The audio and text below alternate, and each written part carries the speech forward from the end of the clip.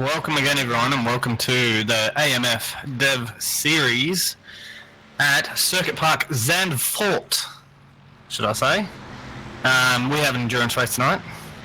It's going to be a fun one. We have two splits again.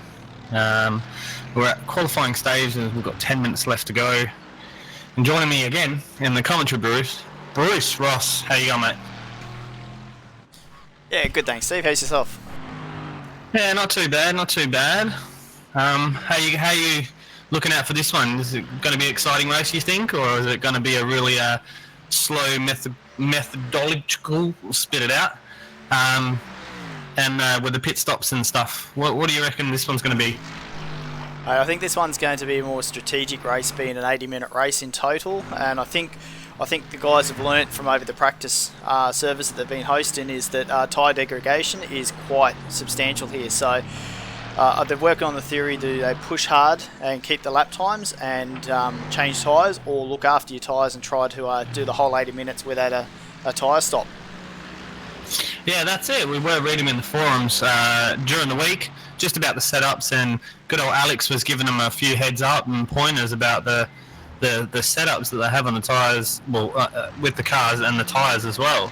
So I think that's going to be a winner or loser tonight would be the tyres. Are you going to push hard and use them tyres up and try and change them over in the pit stops, or are you going to take it nice and easy and do this strategic, I'm spitting all my words up to that, route and do it with strategy? Yeah, that's exactly right. I think the guys have really posted in the forums that they have been struggling with the tyre wear on these things, especially the Merc. It gets pushed quite a lot and really chews into the tyres. It starts hurting the lap times probably after 10 laps or so. You start losing up to anywhere between a second and a half a lap. So the tyre is going to be the biggest thing to look after in this race if you want to survive the 80 minutes without a tyre change. But ultimately, I think you'll find most people will just opt to change the tyres at their pit stop. Well, that's it. It is a gamble when it comes to endurance races or longer races.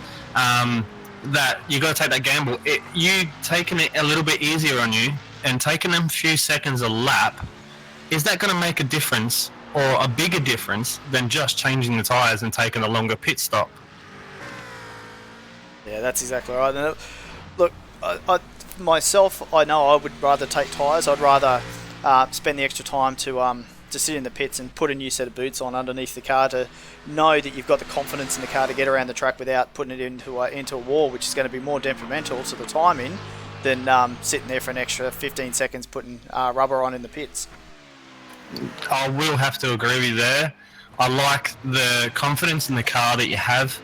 You know, as you said, a new pair of tyres under you, and even when you're catching that person that doesn't have them newer tyres, you have more flexibility in the movement of the car when you're going to pass.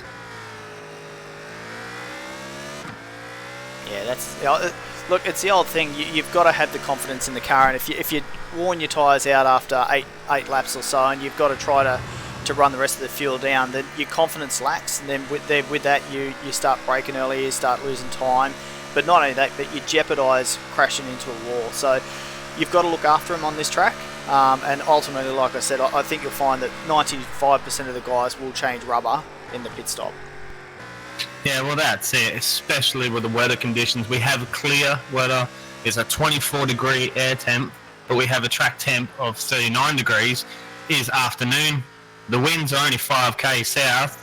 But yeah, that's definitely that 39-degree track temp. That's what flags when I read that weather. Yeah, that's a hot track temp. That's going to really kill the tyres if you're pushing. And this is the sort of track with all the camber changes on the corners that the outside of the tyre cops a hell of a lot going around these corners. So it is easy to overcook them by pushing too hard. Yeah, definitely. Okay, look, we're coming down to the 5-minute marker of qualifying here. We have heard in the other server there is a 1:36 flat, you said. And in this one, we've got a 1:36.15. And that's Jeremy Franklin up the front at the moment.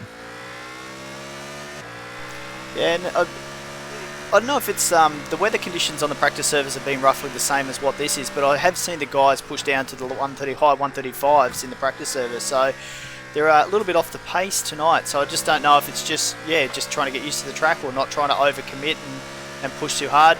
Ultimately, they want to run the fuel down on these cars to get a low fuel level, put a new set of boots on, then go out for one last crack right at the end of the quali session. Well, that's what I'm thinking now. I'm having a look at the cars that are sitting in the pits here, and I'm looking at the cars that are still on track. Some of the ones on track are not looking like they're pushing a little bit too hard. I think they're just running laps. In about 1 or 2 minutes, I reckon you're going to see a couple of flyers coming through. Yeah, that's it. Go out, put a lap under the belt, under the tyres, get them a little bit of warmth into them, then go out and just give it that one last crack. Yeah, well, that's it. So we had Paul Jones sticking up top with a 136.5.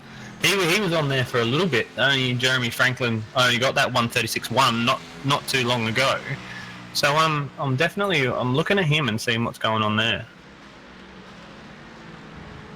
Yeah, and I've also heard that this track only holds 43 cars, I believe. There's over 55 cars in the service, so there'll be 2 splits as well. I think Race Control have sort of said to me that they're going to opt to close to a 30-car field in the top split. So we'll see how that pans out towards the end of the qualifying session before they put the race server up as well. Yeah, definitely that will be. It's unfortunate that you can only fit 42, 43 in here. That is, if you had that whole 60 car mark, like a Bathurst or something like that holds, it would have been a lot more packed, a lot more, what would you say, back markers and stuff as well on the track, and it would have gave everyone that really endurance-y feel to a race, when you start lapping people and everyone gets out of timing with pit stops and stuff. Yeah, that's exactly right. And also, guys, I'll just let you know, between the qualifying session and the race server going up, we've got a special treat for you tonight. We've got Alex Bird, who's done a hot lap. He's going to talk us through a hot lap of this track in the McLaren of all cars. He loves that car, and he's probably one of not many people who can actually drive it quite quickly. So we'll post that between the sessions, and you can have a look at that one. Yeah, definitely looking forward to that. I want to actually see the man in his machine himself, the man that does all the setups for Aussie Mixed and Fixed, going around and giving it all he's got. Yeah, I'm absolutely bamboozled how he can drive that McLaren. It's a nice car to drive, but it's just so taily. I find it very, very taily. So how he can punch it around at the speeds and lap times that he does is really remarkable. Yeah, definitely. It's one of them cars I bought just for the fact that it shoots flames out the back. So, yeah, I don't drive it either. So.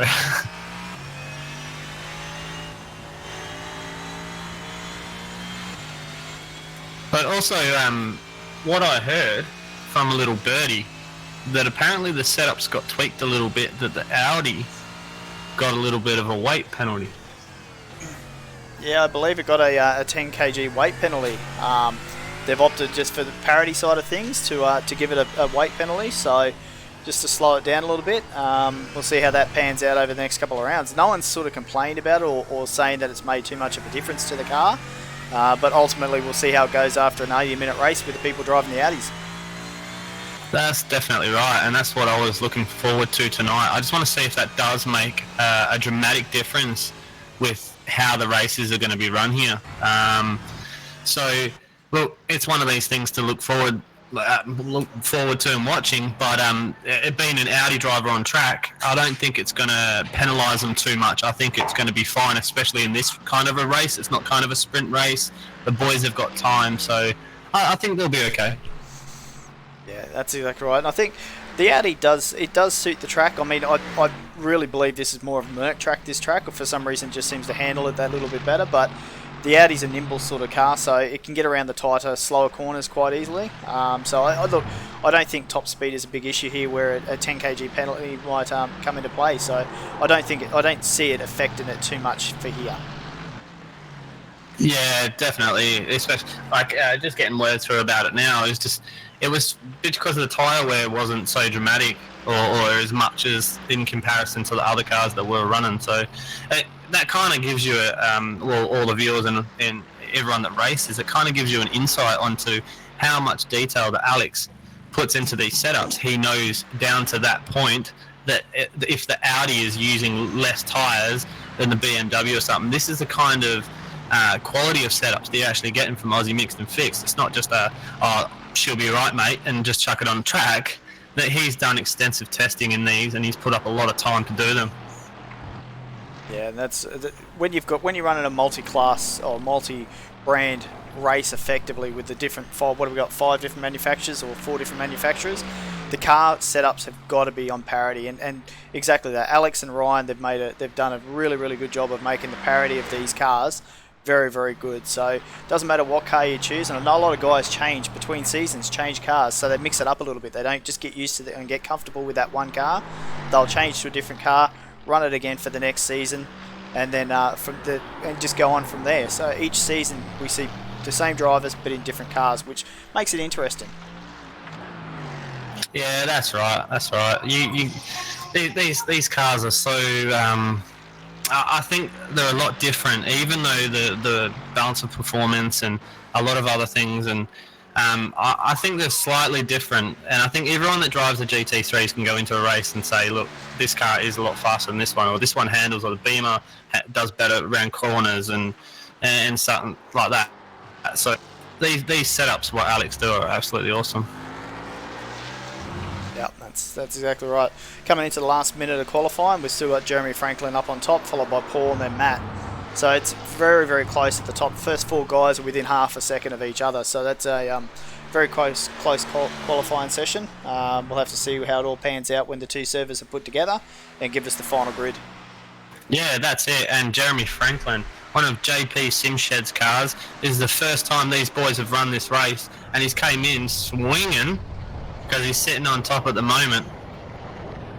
Yeah, it's a quick time from him. He was quick in practice leading into this. I think he finished top of the sheets on the practice time sheet. So yeah, as long as he keeps it clean and keeps it up the front, then yeah, I think we'll have a good race. Yeah, definitely. All right, so that's pretty much the end of the qualifying server here. I think there's only Sam still out on track, but I think that's pretty much called it there.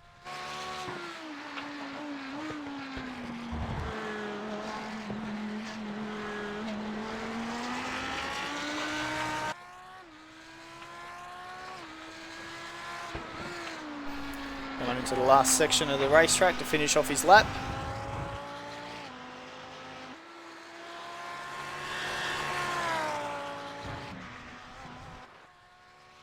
Oh, he's giving it everything it's got.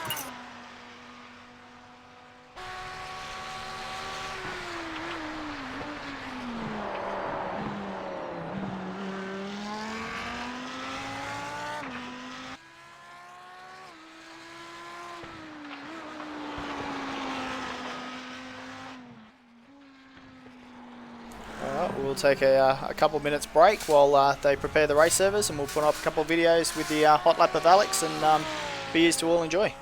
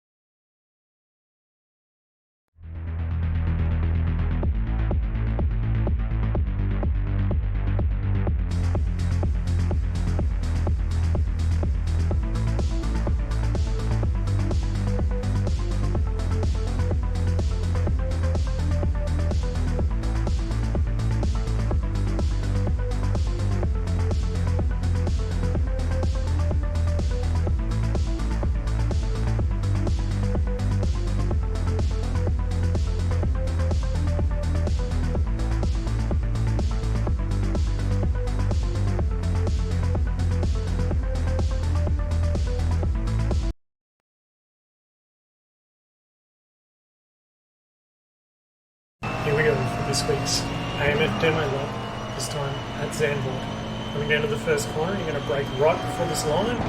You'll stand on the brakes and hold it all the way down to the apex to get the nose in. Then early on the power, run out and over this curve. Coming into this section, we want to stay off the curves as much as we can. Be very smooth with the inputs as the car got loose on the hot track. Late apex this tight hairpin, and then run out over the exit curve, which is much smoother than the internal curves.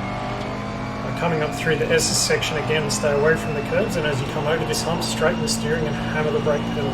Make sure that you get back off the brakes before you turn in, or the car will try and send you off into the sand trap. Blend back on the power and follow the same procedure here. Make sure you take a lot of curb and then drive all the way to the outside and stand hard on the brakes to bring it in to the tight right-hander. These two corners feel tight, they're not as tight as they look. Make sure that you use the full width of the track and use the brake pedal to toe the nose into the corner apex. So we come down to the chicane. This time we're going to want to take a huge amount of curb, as much as you can get away with without the 1X. You can see we're going to slam the inside curb here and then do the same thing on the left-hand side. This grabs the tyres onto an effectively banked surface and turns the car more tightly. Now over the hump here into the second last corner, we need to be careful on the brakes, make sure we use all of the over the track, and lift off up the hill, just to toe the nose in before we slam the throttle and head down the straight to complete the lap.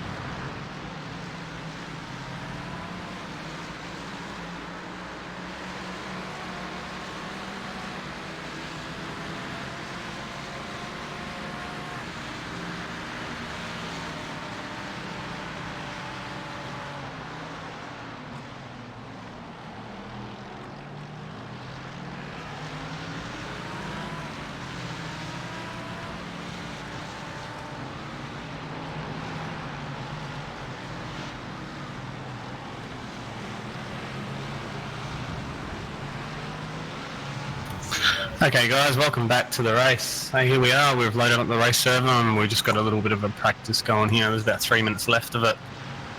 So Zandvoort, the track itself is in the Netherlands, other known as Holland. First race here was in 1939, and that was a street race.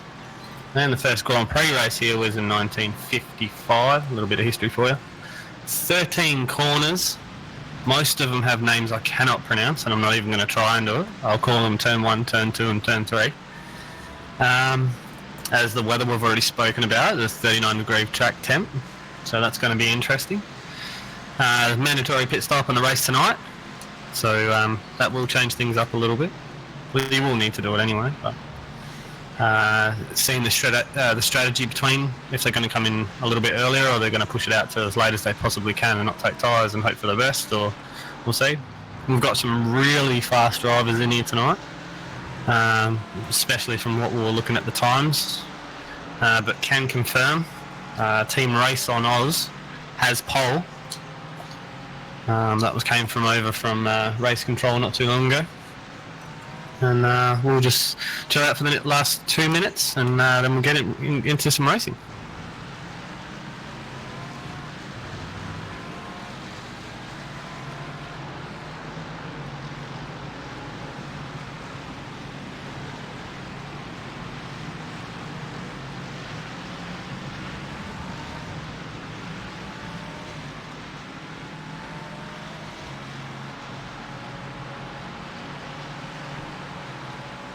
If you are watching this live, don't forget you can write in the live chat and talk to us in there. We can answer some questions, and yeah, I'll talk to you in there.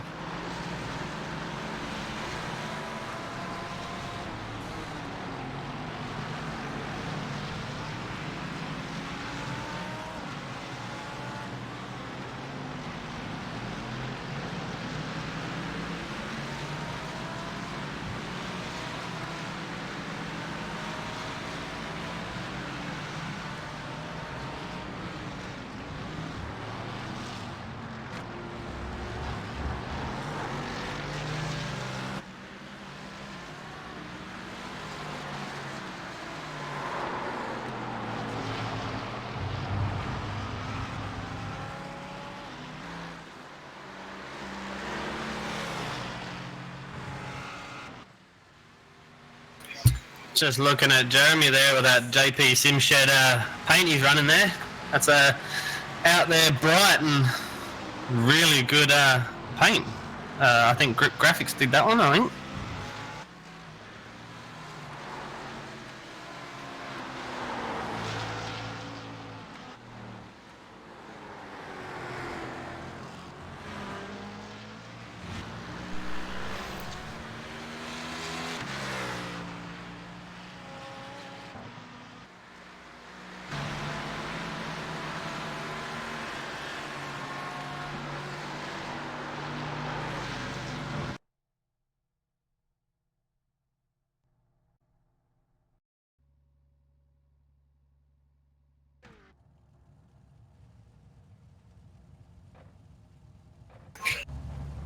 Alright, so that's the start at the end of the practice and we're gridding now. Let's go through the grid.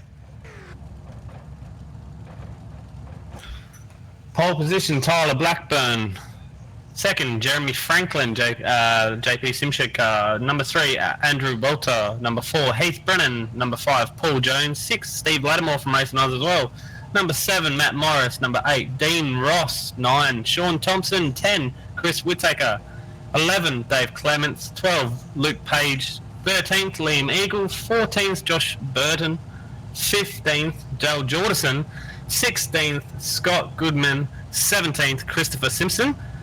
Rookie driver, well done. 18th, Christian Hinton. 19th, Scott Chambers. 20th, Sal Galenti. 21st, Simon Mesmo. 22nd, Rob Harris. 23rd, Matt Kidd. 24th, David Miller. 25th, Brenton Hawkins. 26th, Grant Matterford. 27th, Desmond Hinkley. And we're underway.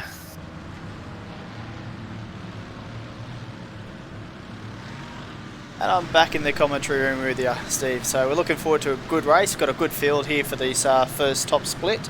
I think we've got about 20 cars in the second split that will be running that as well. Unfortunately, we'd love to have everyone in this split on the broadcast, but unfortunately the iRacing track just does not allow the total amount of cars.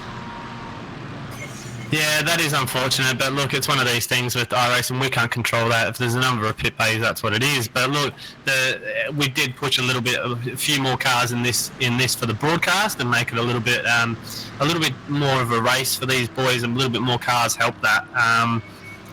Unfortunate for the guys in the second split, but that's how it is. When we get to the bigger tracks or the bigger pits, I think we'll get a full field, and that'll be really interesting. Yeah, that's exactly right. I still think even with 30 cars on this, with it being an 80-minute race in total, I think we're going to see the tail enders get caught at some stage during the race. But also we've got the mandatory pit stop that's in here, so it's going to put them all amongst each other anyway. So I think we're in for some good racing. There'll be some good battles. Hopefully everyone keeps it clean and we get it through.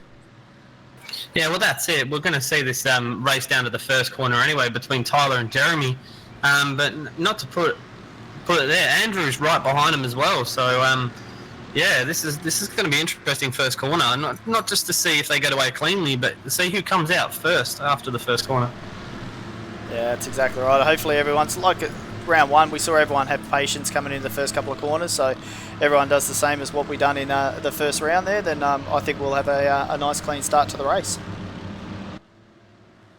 Yeah, definitely. Hopefully it's going to be all good. And I just got to chuck out another mention there of I think it was Chris Simpson, rookie for rookie setting the time that he did to qualify 17th, and he was just saying in YouTube chat before that he was absolutely stoked with what he did and how the car was handling. So yeah, good luck to him tonight, and let's see where he places and by the end of the race here. And then also another mention, Jeremy, one of his first races, the JP Simshed car, you can't miss it. Good luck to him as well, and we'll see how they go. Yeah, he's performed well all night tonight in the practice, in the qualifying, so he's been very fast, and yeah, I think he's certainly going to give them all a run for their money. Yeah, definitely, especially with that Beamer. Is that me showing favouritism? No, I don't think so. I don't like that Beamer to drive it, but definitely don't like racing against it. But I'll drive the Ferrari any day. Well, the Beamer it's a really, really nice car to drive. It's a stable car, so it's not the fastest in the straight line, but it's a very stable. It's a very fast car across curbs. And that's especially in a couple of corners in this one, you need that.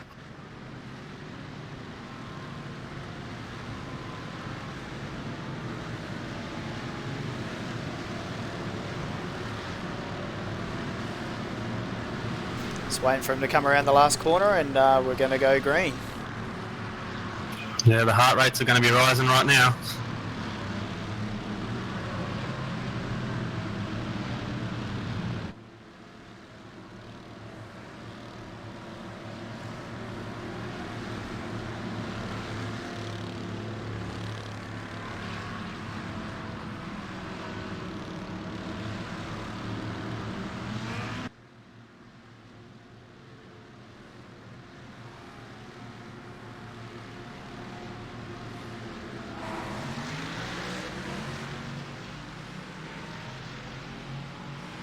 And they're underway, and Luke Tyler's got a good lead already, so he'll probably make it around the first corner, no dramas. But there's Jeremy looking up the inside, and Andrew going to the outside, and Andrew going to the inside. That's not too bad. They got around there nice and clean. Oh, there's a smash back in the field. Oh, 5 or 6 cars back there.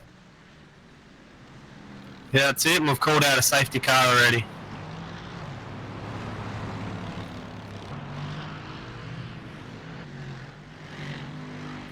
Let's just find out how that one happened. There's some pretty messed up cars through that bunch. We'll see if we can go back and get a replay of it.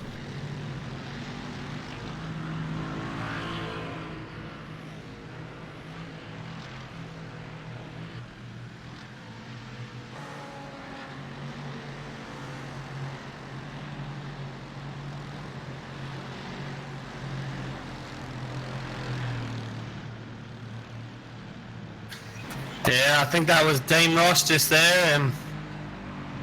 They got a slight touch up by Sean Thompson.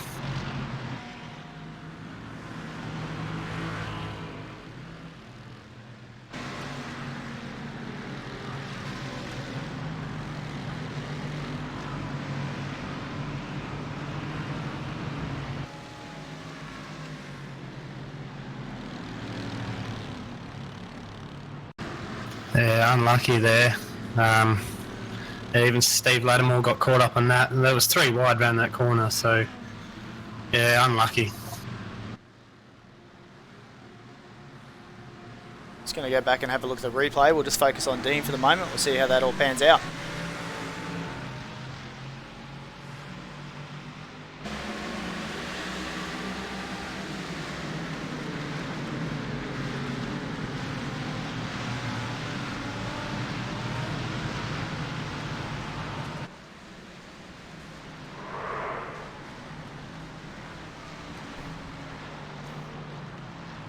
Yeah, you can definitely see there. It's just, if you see from behind, it just touches him up a little bit and he gets out of the way. Because they're 3 wide, just that's it. It's all over. Just that little bit of a wobble just caused him going to, I think it was into Stephen Lattimore, and then, yeah, it was all backwards from there. Pretty unlucky, but these boys do have fast repairs, so they can get back out and track and get back in positions and well, they won't get back in their position, but they will get back on the track, and then when we restart it, you know, it'll be a bit better start. Yeah, and I think the boys are better careful here. They cannot take service on this stop. The pit lane is not open for service, so they can come in, do their fast repair, get back out, but they'll be getting a black flag penalty and a drive-through if they take service at any stage through that pit stop. Yeah, I'm pretty sure race control will be having that pit cam on, watching exactly what cars are moving and how long they're there, or if they're moving at all. So, yeah, they wouldn't want to get a penalty from doing that. Oh, this early in the race anyway, I don't think it'd be beneficial at all. You've only done 1 lap. You're not gaining anything from it, so. And I've just heard word from race control that they're going green this lap.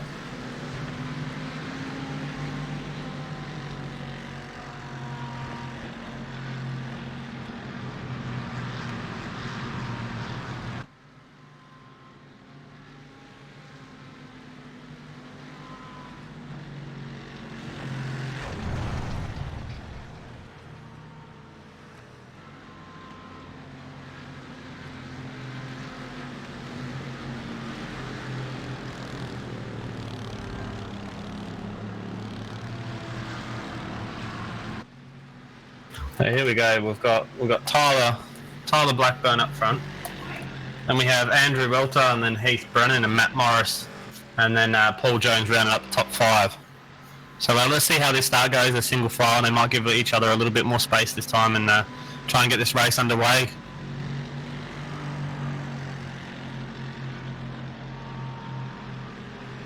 As usual, the safety car is the nice fluoro Audi. Driven by race control Brian. So it's not a very unusual sight to see it just pull off into the sand trap for a sec there. Boys are instructed by race control when they can go and when the green flag is actually dropping, and we don't use iRacing green flags.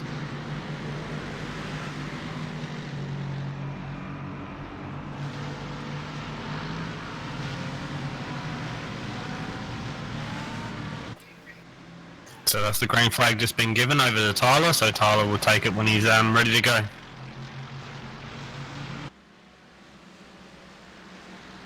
Yep, Tyler takes off on the green flag, so we're back underway again. Let's hopefully we can get around. And there's Matt Morris already going up the outside of Heath there.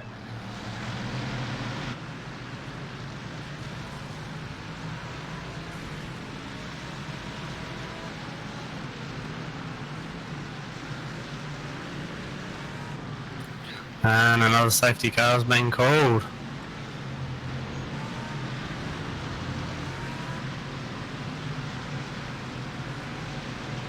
Just trying to find out what that was about, that one. Yeah, I'm not sure either.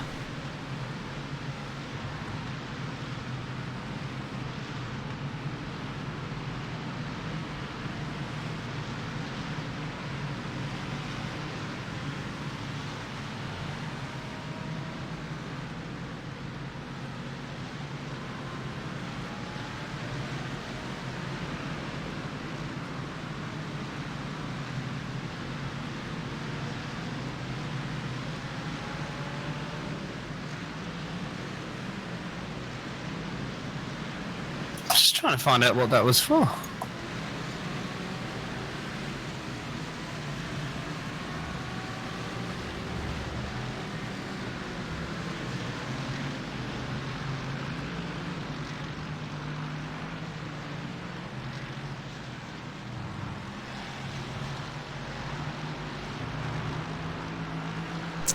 Apologise, we're just trying to get some info on that the second safety car incident, on what the causes were, so we'll be back with it as soon as we get that information.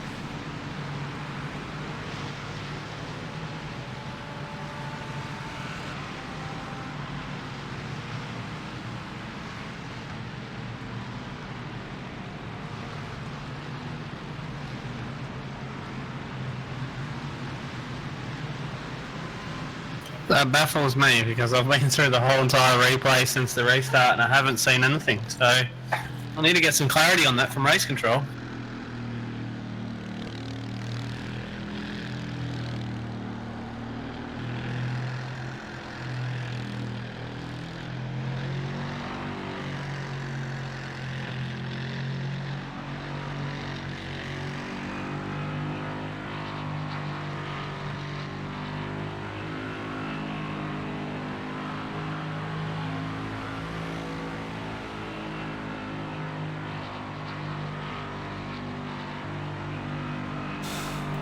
So I'm being told from race control it was basically on the start, finish straight. There was 3 cars facing the wrong way, so it must have been further down in the field. Didn't actually see it happen. I can't even find anything in my event list to sort of say there was a crash. Trying to look for that then, yeah, I can't even see it either, so that's a bit weird. We must have missed that one, but yeah, R racing at its finest.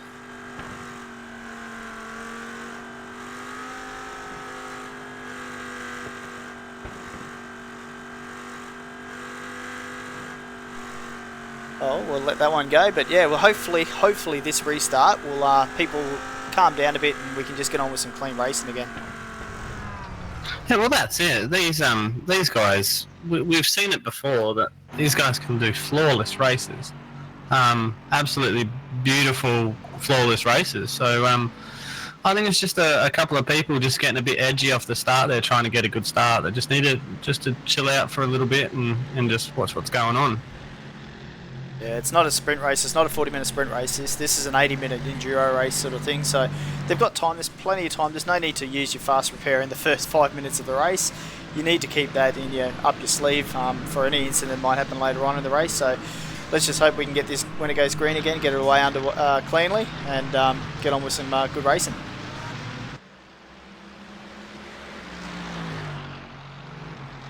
Yeah, definitely. Hopefully we can get it under, because that's 15 minutes of elapsed time now. These boys have just been, circling the track.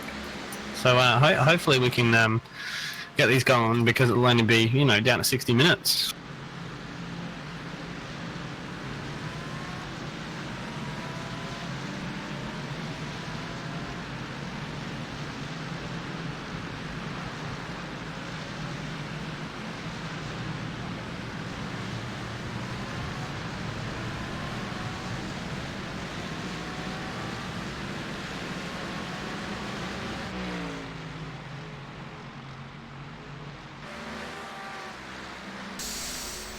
Well, touch wood, Steve, we're half a lap and we've had no safety car so far, so hopefully they've got it all out of their systems and we're back to green running.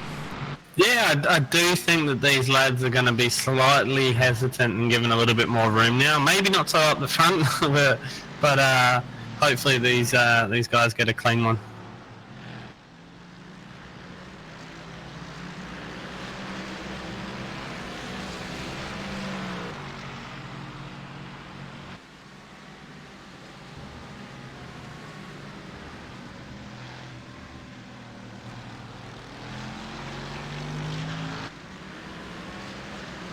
And that's it, we're under green again. Let's see how we go around this first corner.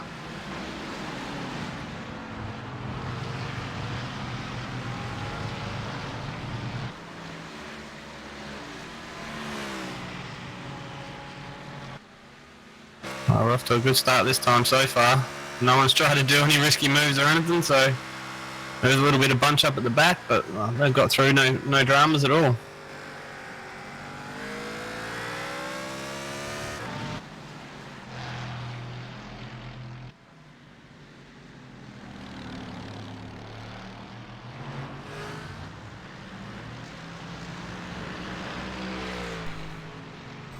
Just looking on the track map, and it looks like the leaders are actually going to come up onto a lapped car in a couple of seconds. So hopefully everyone's calmed their nerves a bit now, and we can not cause any further incidents.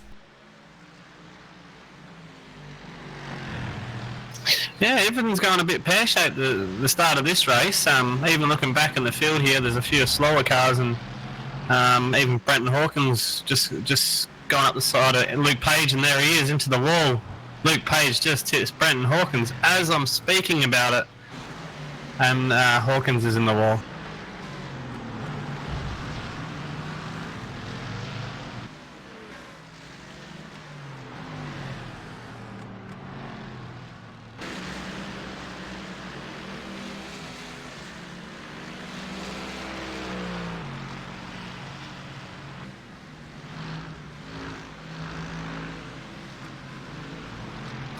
It's all on at the moment.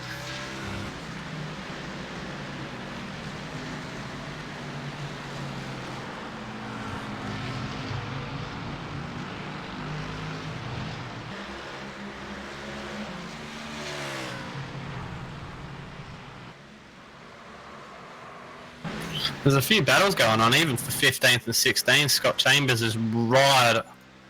Oof. And there's Jeremy Franklin going straight down the inside.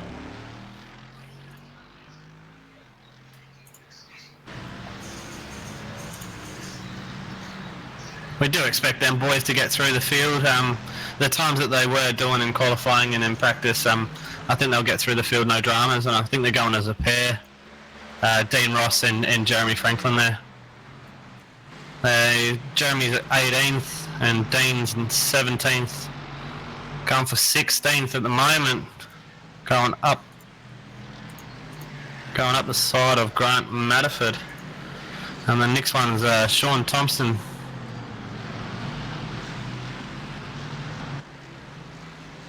So they'll be cutting back through this field, no dramas. Yeah, they're starting to push on with it a bit. They want to get back up in the front after that first lap incident, so they'll want to gather it all back up and try to get through as cleanly as possible to get it back up there, get the cars back up there. Yeah, well, that's right. Like, you got to look at Tyler Blackburn's still up front, and so is Andrew, Matt, Heath Brennan. You know, them boys there are still up the front, and so these guys have got a real good, real hard battle on their hands. They got to cut through, you know, another 15 cars or such to get back up there. You know, Dean Ross is in 15th, and Jeremy's in 16th. They've got a fair few slots to make, but I do think they're respected other drivers as well. They do all know each other and they know where they're going. So I don't think they're going to give them too much of a battle until probably, you know, 9th upwards. Yeah, I'm wondering if one of them boys are going to take an early pit stop and just try to get out of sync with the rest of the field so they can get some clear air, because they're right in the thick of it at the moment. There's probably no time to be made there when you're trying to battle and all you're doing is hurting tyres. So do you make the call to come in now and take a little bit of fuel to get it into a bit of clear air? But once again, you don't have the room to fully fuel to the end. So it's one of these tricky ones where, yeah, see what happens. But ultimately, we've seen 2 safety cars so far too. High possibility we won't see another one. We might see another one before the end of the race. So that could also play back into them if they do that strategy. Yeah, especially with the tyres that we were talking about before and the heat and the track. The times are going to start fading off. It's not where normal endurance runs when your tyres get good and your car gets a little bit lighter and you're starting to push them laps between the middle of your stint. This is probably not going to be like that. This one's going to be a little bit different, where I think the time's going to drop off and the boys are actually going to conservatively drive, especially even going back to the Dean Ross and the Jeremy Franklin issue, that what they're doing now, they're going to try and push hard through this field. You know, you look at the last time, Dean Ross posted a 137.2, and then the guys in front of him are doing 137.9, 138 flats. So, you know, they're going to be pushing through this field, and they're going to be chewing up their tyres. So, as you said before, I don't think they're going to think in their head, oh, maybe I should pit a little bit earlier, and get some clean air. I think it's going to be beneficial to them. They're going to be losing a second a lap at the moment. Yeah, well, you look at Andrew Walter and Tyler Blackburn up the front, who's running the low 136s, whereas, like you said, Dean was a 137.2 and Jeremy was a 137.1. So ultimately, yeah, that's cost them a second a lap. Plus, also exactly what we said, the degradation on tyres here is just astounding. So if you're pushing to make these positions back, then yeah, maybe look at a strategy change and go from there. Yeah, definitely. And even if you do look back up the front, you've got Tyler, Andrew, Matt Morris, and Heath. These boys are settling in and just sitting there and going corner for corner, lap by lap. Tyler's going to be pushing the air, and Andrew's going to be, we've seen Andrew in a lot of runs. He will sit there and he'll wait for that right moment. He's in no hurry to get past Tyler at the moment. No, that's right. And that's exactly when you're in a group of guys that's punching out all the same or similar times, you're not hurting the tyres, because all you're doing is you're matching the times of the guys in front. You're not pushing, you're not overdriving the car. So whereas Dean and you go back to Jeremy, when they're in the mid-pack and they've got to get them positions back, they are going to really, really push the tyres. Yeah, definitely. Even Matt Morris just posted a really good time to get a couple of seconds back to get a little bit closer to the back of Andrew. But I don't think there's going to be any moves made this early. I think they're all gonna sit in that line or that chain they've got there, and the four of them are going to go, unless someone does get a little bit skirmish, gets it a little bit sideways. I think someone will take that shot and shoot it down the inside. But I think this front pack's going to stay like this until pretty much pit stop. Yeah. But again, commentators curse apparently, so I better not say anything about any specific cars and doing any moves or actions, because I might put these I might get some strong words after the race. Steve, why'd you say that? Yeah, I agree 100% with you, mate. You're watching someone, you're talking about them, and you're saying they're doing a good job, and then something goes pear-shaped, and the first person they're going to blame is the commentator. Oh, definitely. Just as I was talking about that Brenton Hawkins accident before, and who was it against there? I can't remember who he's up with. But, I think it was Luke Page and Brenton Hawkins. As Brenton Hawkins was going past, he just came across on him, just clipped his back and turned him around, Unlucky, because I was saying there was a battle like 10 seconds before it. So, sorry to him.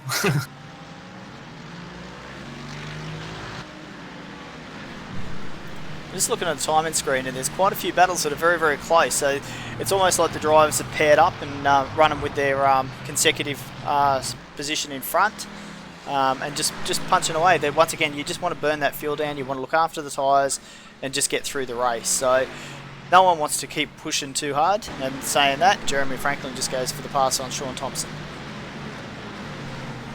Oh, and the door just got shut.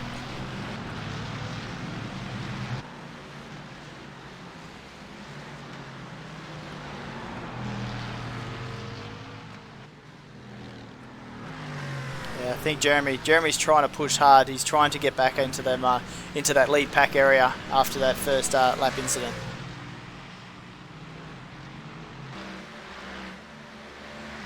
Yeah, I don't think he'll be sitting back there. P2 straight off qualifying. He did have a good run, but unlucky. He did go in, fix repairs and whatnot. But that was absolutely, I think that was a separate incident for Jeremy. He didn't get caught up in what the yellow flag was. So I will go look back and have a look at that on how his car got damaged there. I think it was him and Dean Ross that had a little tangle up. Yeah, just looking through the timing screen again too, and notice Dean Ross has dropped back into 16th now, where he was up to where Jeremy was, up into that 14th, 13th position. So he's just going back through the events, and yeah, he's had another little off track somewhere. So I don't know if he was tied up with someone else or if it was his own doing. But now he's got to make them positions back up again. So yeah, definitely, it doesn't seem like his night tonight. But I think the car setup and the track temp, I think it's just testing a few lads, especially as we said that Dean and Jeremy are pushing through. You know, they're not cruising like the others. They see that they're, 12 spots behind of where they should be. So unlucky for them. Yeah, it's not a position they are well known at being back in the mid-pack there, so they've got their work cut out for them tonight. But yeah, saying that, I mean, the guys up front, Tyler and Andrew.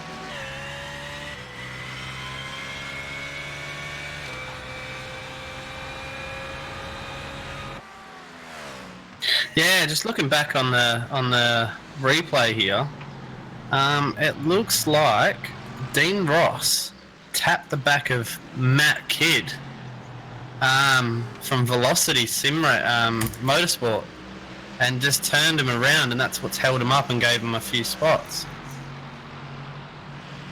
Okay, well, yeah, well, that will be very interesting to see if anything comes out of race control for that one. I have not heard anything at this point in time, so no doubt that all these incidences are being addressed live. So if I hear anything, we'll post up any outcome from it. Yeah, it'd be interesting to see that, because it did look like Dean just went in there a little bit too headstrong and gave Matt a little bit of a love tap on the back of his nice Mercedes.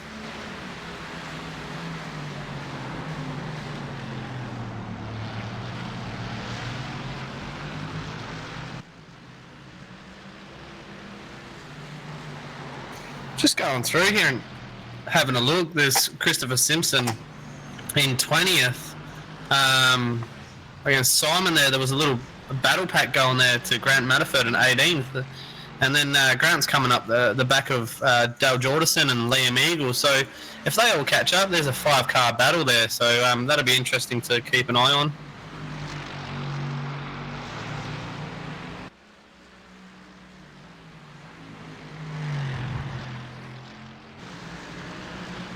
Yeah, I just went back and confirmed with race control, and yeah, Dean Ross did get a penalty for that. He did get a drive-through, and Dean has served it. So that was served about a lap ago, so we missed that one. But hopefully we'll be able to endeavour to keep everyone up to date with it. Yeah, definitely. There's a lot actually going on in this race tonight, Bruce.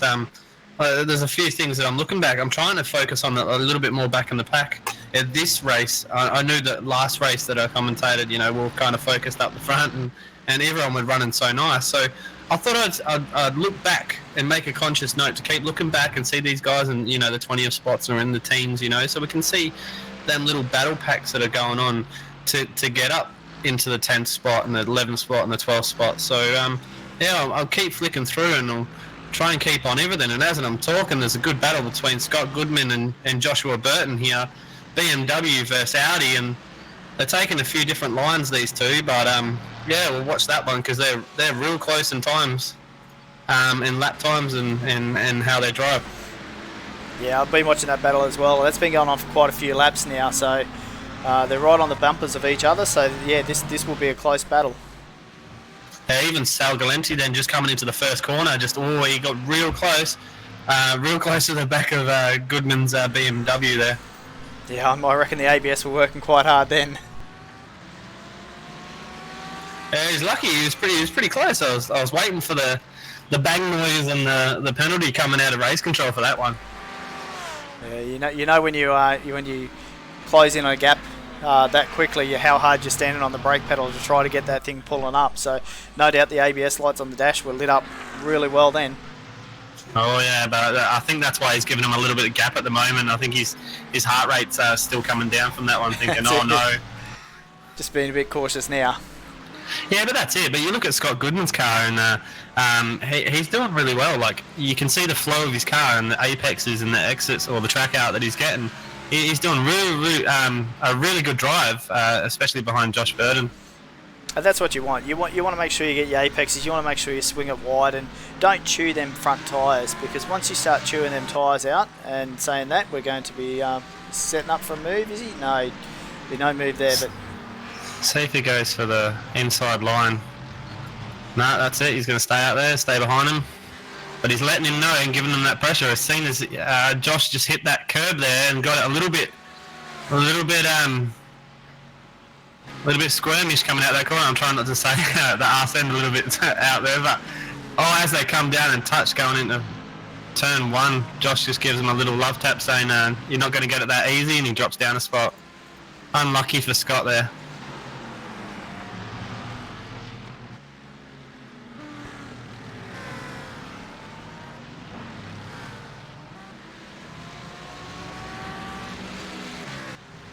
Yeah, definitely unlucky for Scott there. Now Christian Hinton's coming in the back of that as well, so they've got a 4-car train.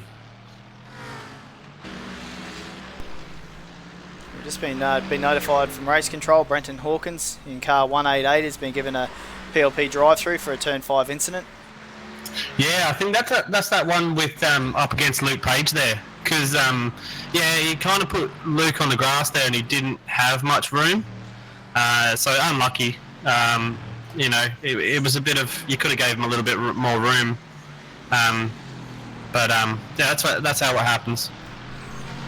Yeah, that's it. But look, once again, he'll come in, he'll do that PLP drive-through and get back out there and continue racing. So ultimately, I'll remind all the guys that they cannot take service while doing a drive-through penalty. So the race control will be watching pit lane times pretty closely when it comes through the pit lane.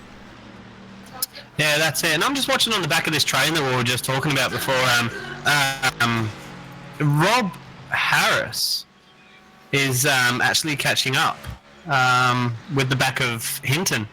So we might have, in the next probably 2 or 3 laps, we might have a 5-car battle on our hands here. Yeah, that mid-pack's going to be busy, that's for sure. But yeah, look, they're going to bunch up and yeah, let's once again, everyone keep a cool head about it. And we'll get some good, clean racing. Well, that's it there. You know, Josh Burden did have that little moment coming out of the last turn or turn 13 previously. So hopefully, you know, he can calm his nerves a bit and just focus on his lines and see what happens. See if he can hold these boys off. If not, try and start pulling that Audi away from these guys.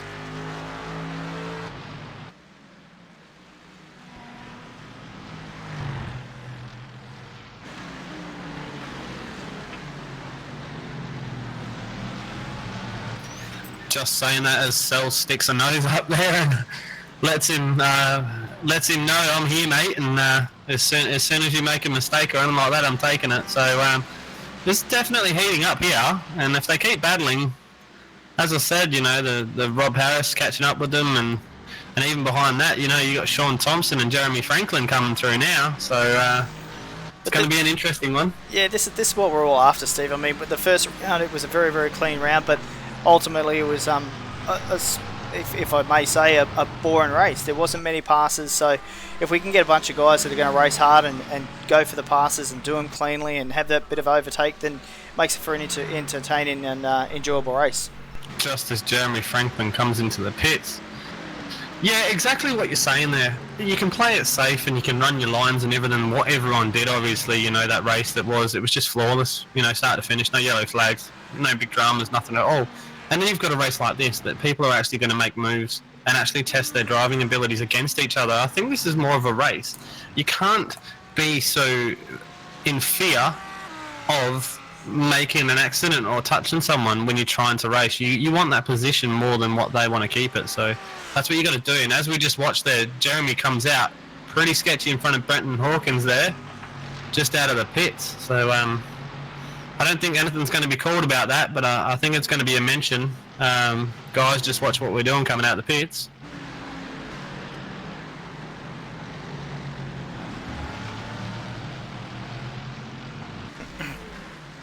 It's going to be a bit interesting too. Sean Thompson's on the back of Rob Harris and their teammates, so in velocity. So let's hope they keep it clean, because it's nothing worse than seeing team cars come together. 100% there. I think these two boys will be having a chat to each other, and I think Rob would be talking to them, saying, you know, if you're a little bit faster, if not, you know, and who's going to let who go. But we'll definitely see, because I know Rob's a really good driver, and I know Sean is as well. So we'll definitely see. It would be good to know if they were talking to each other or not, to see if they're actually going to say, oh, I'll let you pass or not, or they're going to fight each other for it. Yeah, I think they'll definitely be in radio communication with each other, and I think if Sean does the move or whatever, or if he sets up for a move, he'll let Rob know. But Rob will be watching his mirrors too. And like I said, I mean, there's nothing worse than team cars coming together, so they're going to give each other racing room, that's for sure. Definitely, and as I said, it was, Jeremy Franklin pulled off into the pits, but that would have been good to see him come through as well. But look how everything's panning up here. I think Josh Burton is starting a train behind him, and I think the pressure is going to be there, so he'll be feeling it.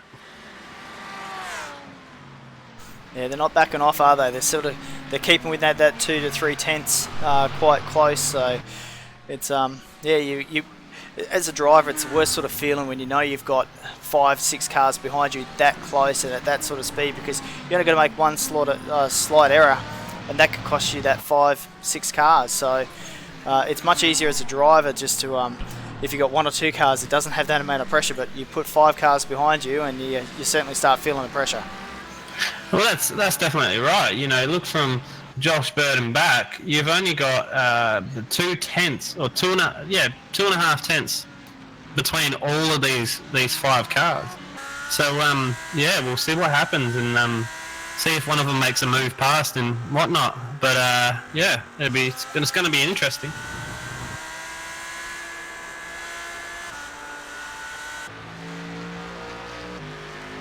See Scott Goodman right on the back of Sal's tail.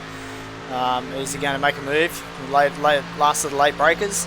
No, just backs out of it. Just be sensible about it. Still a long way to go. Still 46 minutes of this race left, so plenty of time to get it done. Definitely. I think if this was a shorter race, I think more drastic moves would have been made. But because it's a little bit of a longer one, I think they're going to buy their time. And I think same as what we were saying about up the front, that first 1, 2, 3, 4 positions, we're going to buy their time until then pit stops. So even as it stands now, it's in the same position, that what it was when we were talking about it, 10 minutes ago. There's still Tyler, Andrew, Matt, and then Heath. So I think that mid-pack's going to be the same kind of philosophy there. Let's just try and hold this position and cruise until the pit stops, and then see what we can do from there. Yeah, I think that's what everyone would just do. They'll just race sensibly and just run that fuel down, keep the tyres good, get that pit stop, see if they can jump someone in the pit stop. Ultimately, the cars do have fuel different burns to some degree, so the guys that are behind, like Sal and Scott, they can probably be a little bit more lenient on the throttle and save that little bit more fuel, so that could outcome a jump in pit lane. But yeah, we'll have to just wait and see how that pans out. Definitely. I'm just watching Josh's car there. Some corners there, it just doesn't look happy. It looks like he's just, I think he's looking in the rear view mirror a bit too much. He's going a little bit wide. And just a Cell kind of gives him a little look up the inside saying, mate, I'm still here. He certainly had that pressure cooker applied to him for the last probably 5 laps or so I guarantee he's been watching that rear vision mirror like a hawk. Definitely. You can just change by some lines. You can see that from lap to lap that he's changing a little bit, and that tells me that he can run perfect lines on a lap to lap basis. But I think it's the pressure behind him. He's looking a bit, and he's taking a bit of focus off where his car is in the car position on track. Yeah, that's exactly right. So, but yeah, look, this is panning out to be a really, really good battle. So it's certainly one to keep watching. Yeah, well, I just checked up the front, and the front they're doing exactly the same as what we're kind of saying here. Everyone's just in that train and going, okay, let's make it. Let's wind down some time first, and we'll go from there. But Cell's really putting the pressure on Josh, and Scott's just looking behind him, just going, you know what, I don't need to do anything. I'm in the perfect position right here. If Cell gets that impatience to him and tries and pushes a position up the inside of a corner, and it ends up in tears, then Scott's going to benefit from that. We'll just make note of it too, that in this battle the first 3 cars are all different makes and manufacturers. So we've got the Audi, the Mercedes and the BMW. So once again, to push out lap after lap on parity wise of the setups, it's a perfect instance of how close and how well Alex has set these cars up. Exactly. As we were saying, 2 tenths. What was that between them? 138.3, 138.5, 138.5, 138.2. So there you go, that just says it there. 131 flat was Rob's in P11, so, he was the fastest out of all of them on that one. Sal just had a little moment coming off track there and managed to grab it back up again and didn't cost him a position, but I tell you what, if you keep doing that too many more times, Scott's going to pounce. Oh yeah, definitely. Even seeing that gap between Sal and Josh's car now, that Scott will be looking at that and going, is this an issue that I'm here? Is it going to be an issue that Josh is going to get away with? That's what he's probably thinking at this moment. Well, no, I think he's going to close that gap again and keep putting that pressure on Josh. I think Scott's in a good position right now, and everyone's really smart behind him. So, yeah, it'll be a crazy one.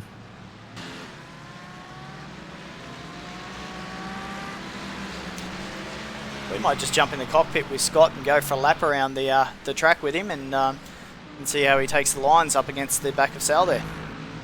Yeah, that'd be awesome to watch.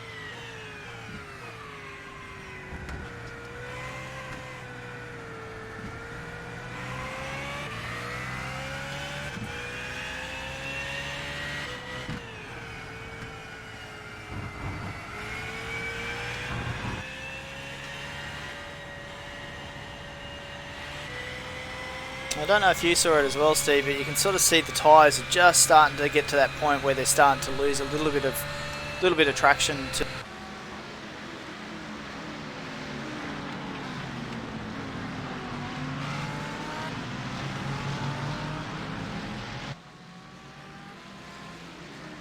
Yeah, definitely. It's going to be who's done the most practice on this set with the track temps and stuff. I think who's going to be comfortable trying to push that. I don't think we're going to see too many, if not a couple of boys, not take tyres.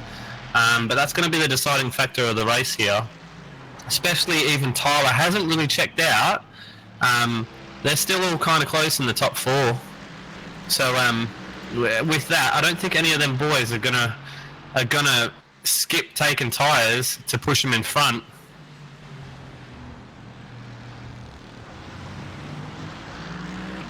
Just as Heath's dropping off a little bit as well. I'm just saying there that.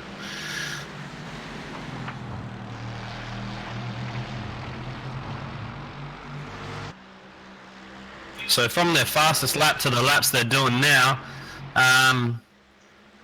they're losing a second and a half already.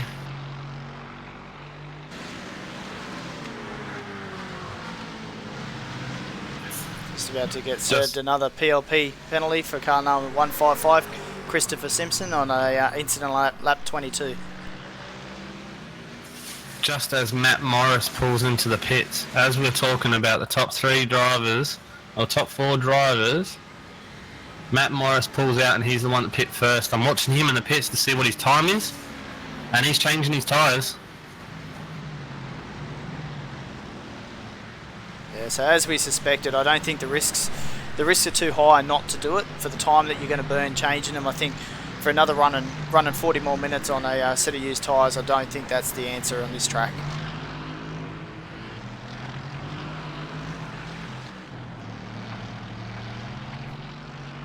So now this becomes interesting now. With Matt Morris coming out of third position, getting out onto a new set of boots, how long do Tyler Blackburn and Andrew Welter push on? Because, I mean, ultimately, we know how hard the tyres wear on this track, so he'll come out, one lap, he'll start getting the undercut advantage.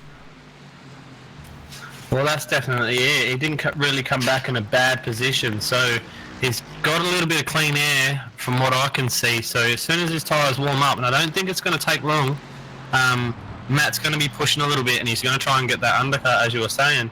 So it'd be good to see where Tyler and Andrew and Heath are going to make their moves. And both have decided to go past pit lane for one more run.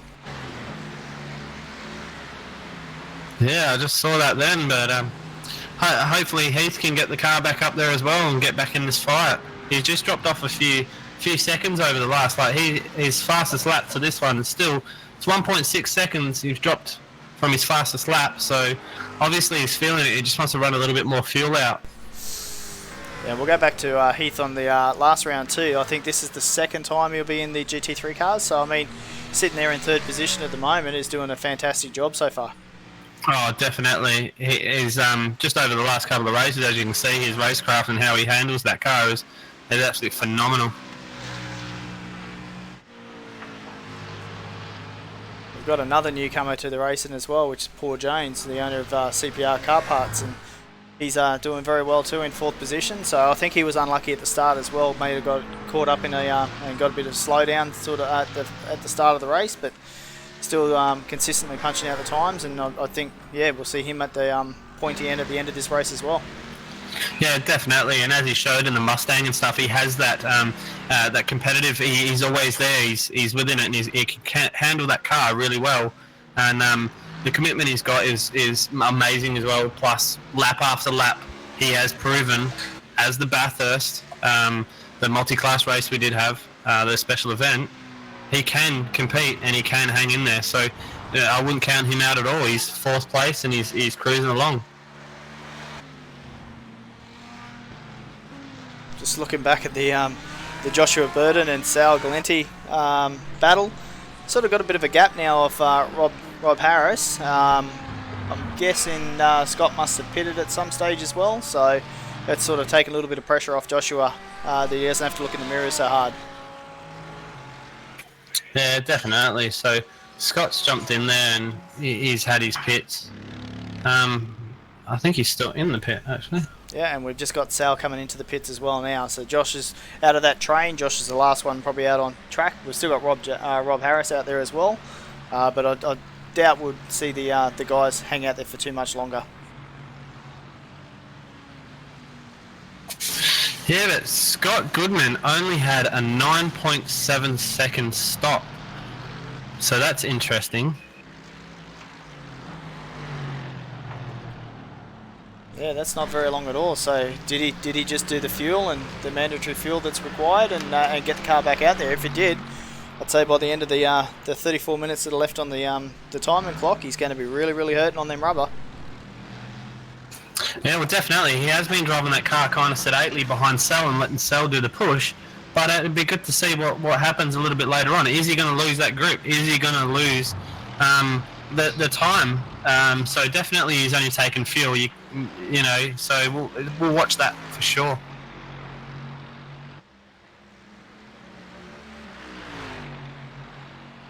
Also seeing Desmond Hinckley, who's sitting in 12th at the moment too, pretty much exactly the same sort of scenario. He's only had a 9-second stop time, so once again, not much time. So I think some of these guys are rolling the dice. If you're in that mid-pack, they're rolling the dice and seeing if they can save that extra 15-20 seconds on track, keep the tyres on, and put it back up there. But look, it's going to be interesting how it's going to play out at the end of the race, because the tyres are going to be hurt. Oh, definitely. You know, that the way they're pushing and some of the cars, the way they're pushing, so, and the temps 39, it's not going to go lightly on the tyres. Definitely, if I was in this race, I would be taking tyres 100%, no matter what position I was in.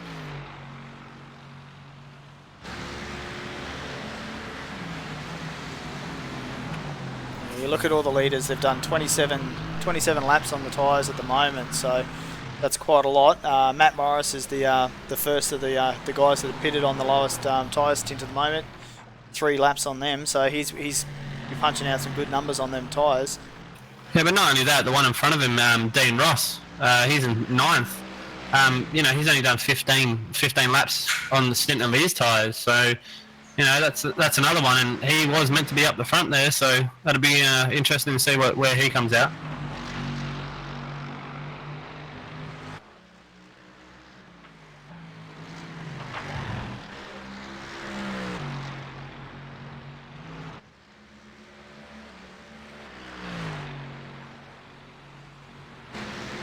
And there's Dean just let Matt through, he just went wide and let him have it, so yeah, obviously he doesn't want to fight too hard. And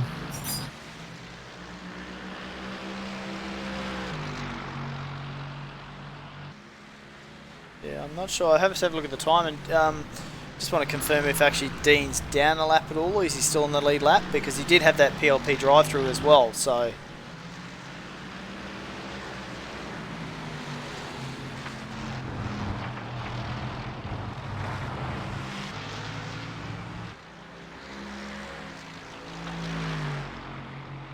just looking at that now, trying to find out just for 100%.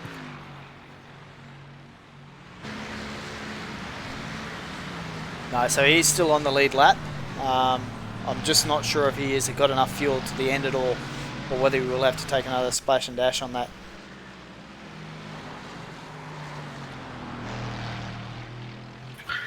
Definitely would say that he would have to jump in the pits there. I will work out some numbers while we're talking on other things, and we'll come back to you and give you a rough guesstimate. But yeah, I think he will need some fuel.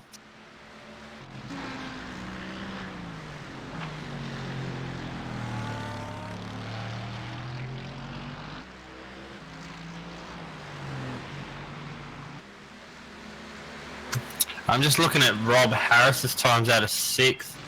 He's only lost a second or 1.2 seconds, rather than other guys losing 1.6, 1.7 seconds over their fastest. So he looks like he's in a bit of a rhythm. He's got some clean air and he's going to stick it until he can. He's going to hold out as long as he can. Yeah, just jump back in the field a bit, and we're back into that 9th, 10th, 11th, 12th position, and it's a fair old battle going on here. Scott Goodman, who's actually done tyres. Well, most of these guys have performed their pit stop, but it's a heated battle here. Yeah, that looks like a very not uniform train there. I think a few of the boys is trying to suss out who's who and where's where. Especially Jeremy Franklin back in there in the middle of it. So Sean Thompson at the back, just as he goes a little bit wide on the track there, but this is going to be an interesting one to watch. Oh, someone's going wide out in the back out there. Yeah, that's Matt Kidd there. Just gets a bit wide and still holds it onto it, but it just gave Sean Thompson that free spot there. I think he's going out wide enough and actually touched the wall as well. So let's hope there's no steering damage in that. Just as Scott Goodman has a good look down the first corner there.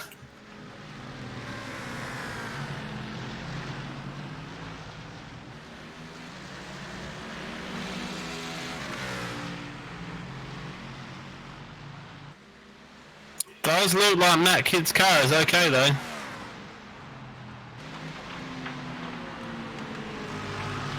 He's pushing on. Matt actually hasn't done a pit stop yet either, so even if he has got a little bit of damage at the moment, at least he can jump in, do his pit stop, do his fast repair, and come out on a nice, clean, comfortable car. Definitely, same as Desmond Hinkley up the front. He hasn't done his stop yet. So there's another one. If his tyres are wearing out a bit too much, and then you've got Scott Goodman, that possibility that he didn't take tyres, and then you've got Jeremy Franklin that we know is fast, 2nd position qualifying, and then he's already on 12 laps or 13 laps on his tyres. You know, so there's various different stages of car at the moment between this whole 5 cars.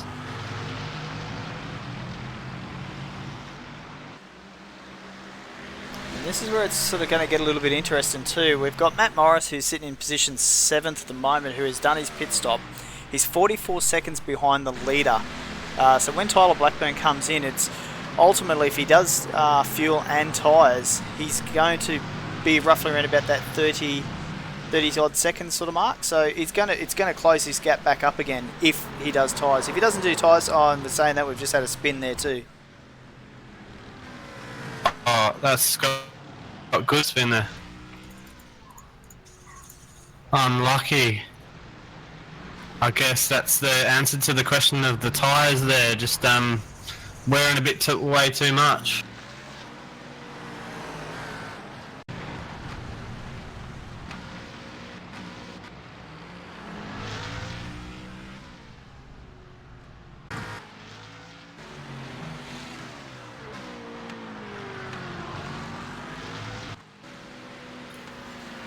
And once again, the good old replay is not working for us again tonight.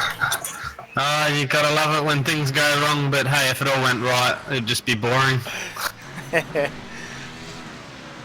it's just cooked the tyres a little bit too much. I think there, and you can see in a few corners after that, you can see that the back end of the car is just getting a little bit loose on him. So I don't think that not taking tyres is a good option. Saying that, the car in front of him, Luke Page, only had a 10.7 second stop, and definitely that's not tyres either.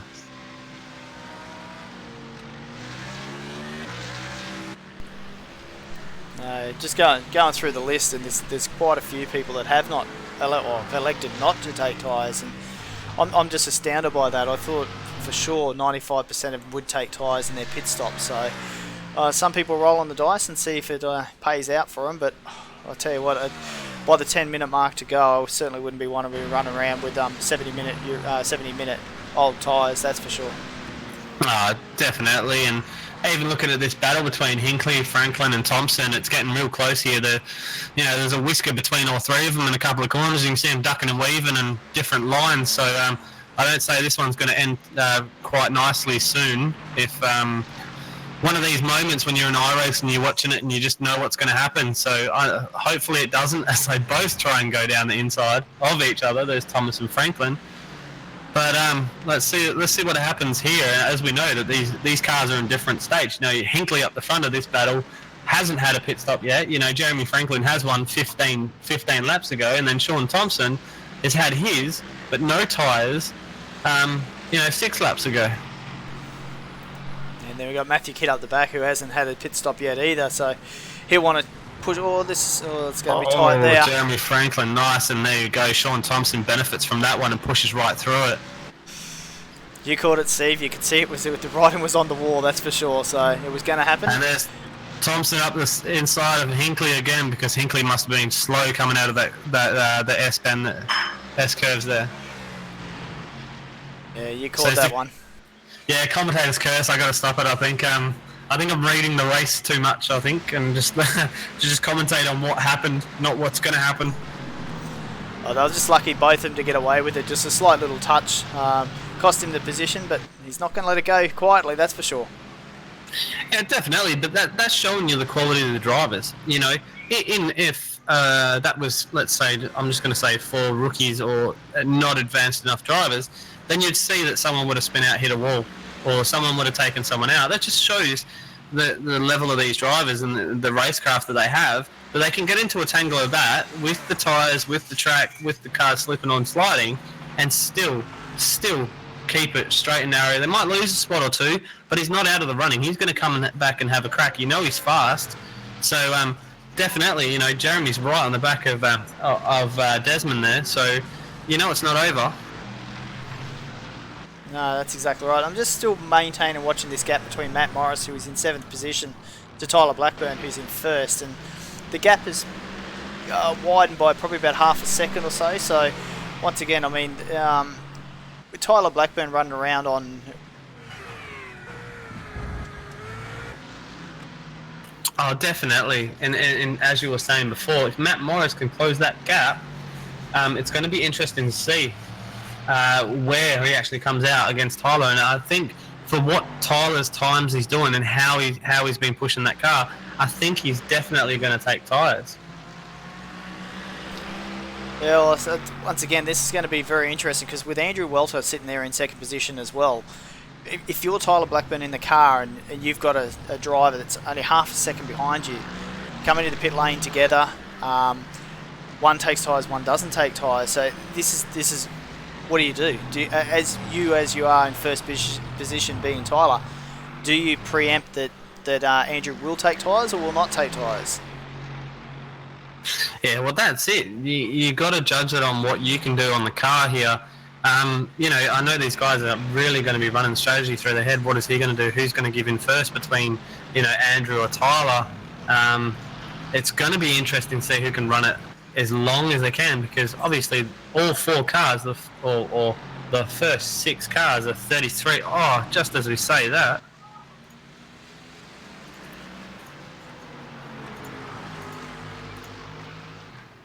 Oh, it was Christian Hinton that just had a little bit of a moment in front of the lead pack.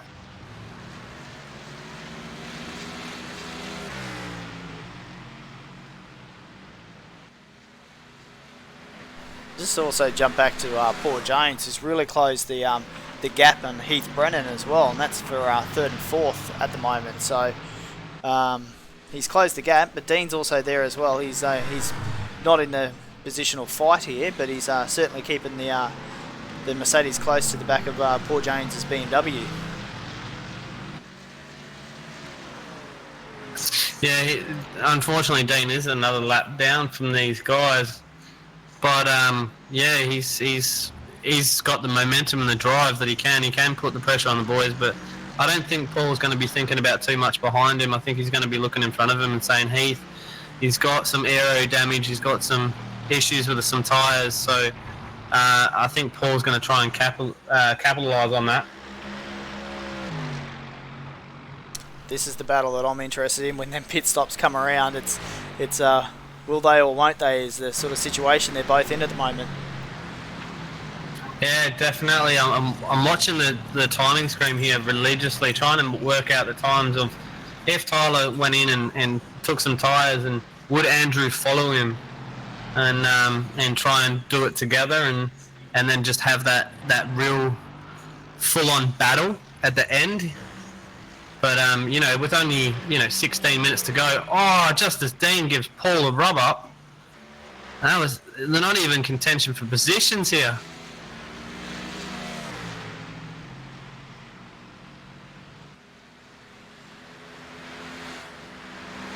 I don't think race control is going to like that one, but it just shows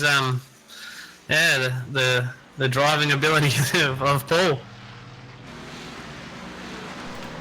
Yeah, it's a little bit uncharacteristic of Dean to be rubbing a car, especially a car that's in the top 10 sort of position. So, I mean, ultimately, I know Dean wants to get on with the race and try to get as many positions as he can back, but ultimately, you don't want to cause any issues with the guys up front either. So. Oh, definitely not. You got 15 minutes left. You're in P20. You've got a second or two. In front of 2 cars that are on lead lap 3rd and 4th. I wouldn't be doing kind of situations of getting close enough to give him a knock.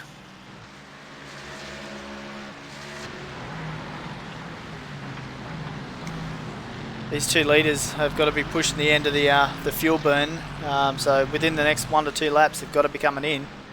Well, that's it. It's a mandatory pit stop. So these boys definitely 100% have to come in. The safety cars at the start of the race obviously prolonged it and pushed everything back a little bit. But, I'd have to see them in this lap or the next. And this is another interesting thing too, is if they are pushing right to that envelope of fuel consumption, that it sort of takes away the guesswork of do you pit a lap earlier and try to get the undercut to jump the person. But once again, that ultimately comes down to if they don't change tyres. So if you change tyres and the leader doesn't change and Andrew does, then there's absolutely no way that with 18 minutes remaining he'll get that gap back.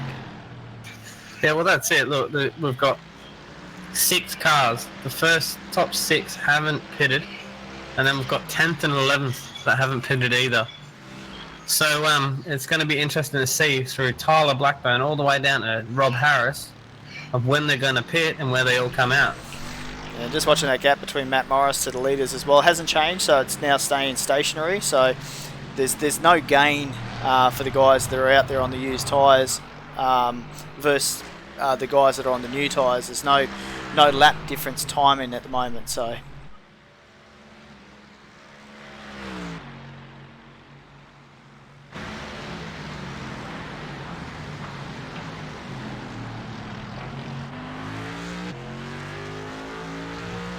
and for some reason, Dean Ross is behind Paul Jones again.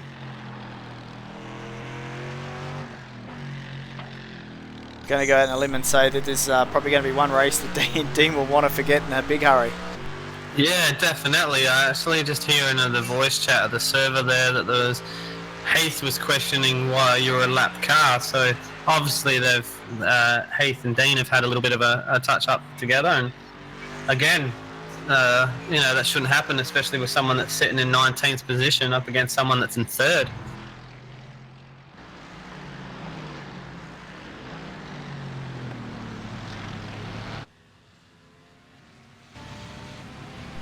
We've just seen Rob peel off from 6th position and go into the pit lane for his service. So he's the first of the top 6 that have come in for their final stop.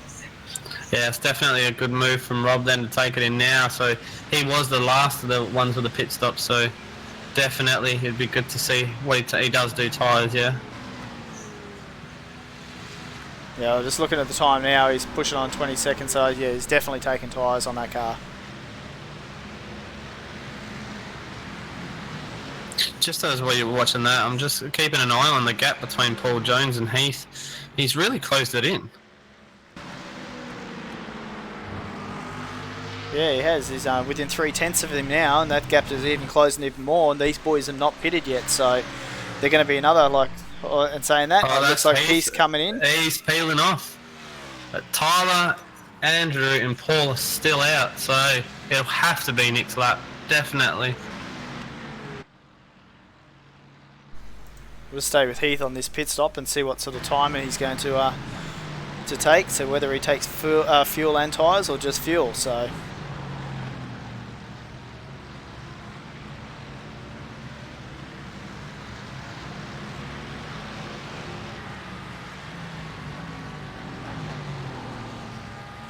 Looking at that, I think he's taking tyres. Definitely, with that time, he will be taking tyres.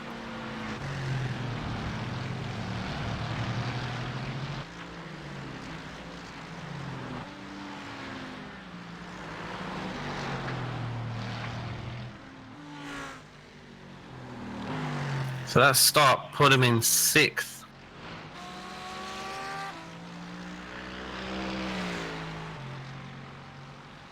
Yeah, so Matt Morris has come out with about a 5-second gap over Heath. So the early stop has worked out for Matt so far.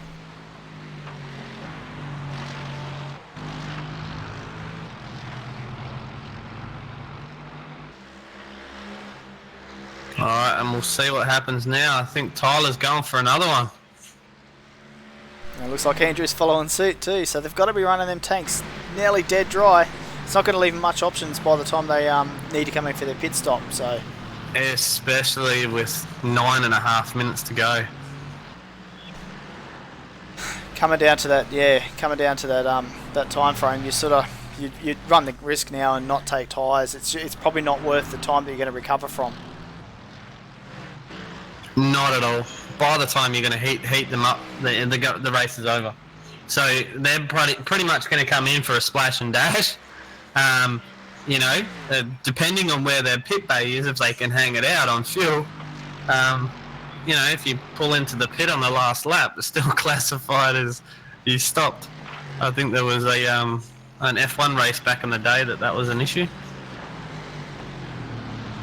That's a big gamble too. I hate the feeling when you're that low on fuel and you just think all I've got to do is this, and then 2 corners from the end you start coughing and it's game over.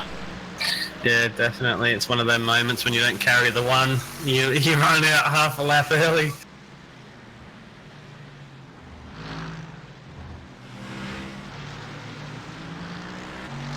But you definitely have to come in this time, as he's coming up to the last corner here.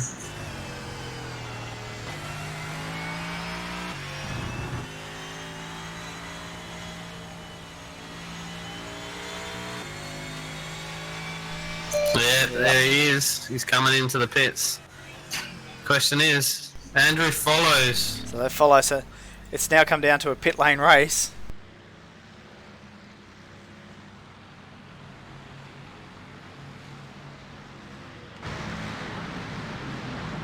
Paul Jones as well is coming in.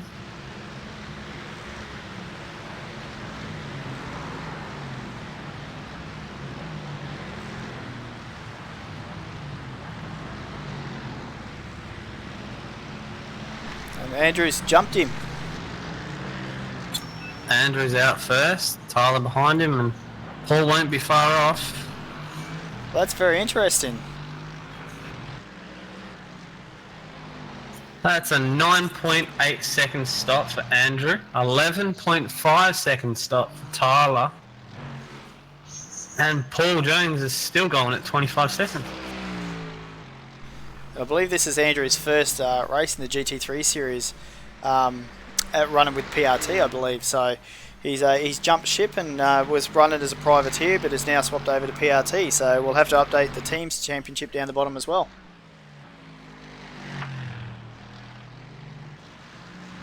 Yeah, definitely. What a showing! It's, you know, jumping from a privateer into a team and then coming out, and he's sitting in first with 6.5 minutes to go.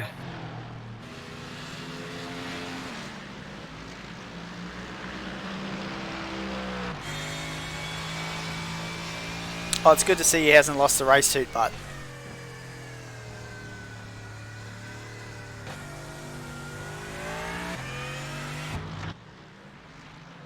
yeah, his name all over his helmet there. now that all the pit stops have all played out, we can see Matt Morris has dropped back into his third position where he was before the pit stops. Still 16 seconds behind the leader, so I don't think he's going to be threatening towards the end of the race for the race lead, but a comfortable third position at the moment.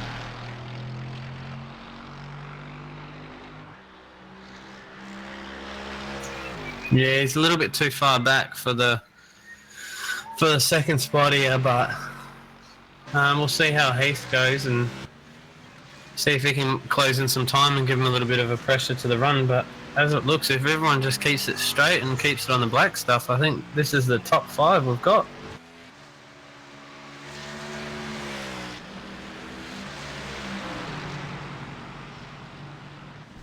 Still got battles going down the field a bit, so there's still a lot of the minor positions have not been sorted out yet, so we'll keep a watch on all them as well as the race continues on.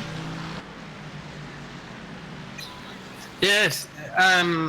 Also, just the last note about up front there is Jeremy Franklin. If he gets on the back of Paul Jones there, you know, there's only a 4-second difference there, so or a 3.5 second difference there, and we know that Jeremy's definitely got the pedal in him, so that'd be good to see. The only drama I think you're going to have with that scenario is Jeremy's on a 24 lap stint tyre set, whereas Paul's just come out on a fresh set of boots, so you would assume that Paul would be able to comfortably do quicker times than what Jeremy would be able to do. Oh yeah, especially with how he drives. He's consistent. He's a consistent driver, Paul. Definitely. I'm just playing it to hopefully something up the front just bunches up. You know, someone crash or something, give a yellow safety car out in the last 4 minutes. And we saw Simon just take a quick trip through the grass then, but he gathered it all back up and continues on. So it didn't cost him much time. He's still sitting there, but that would have been a brown pants moment for sure. Oh, definitely, with all 4 of them back there.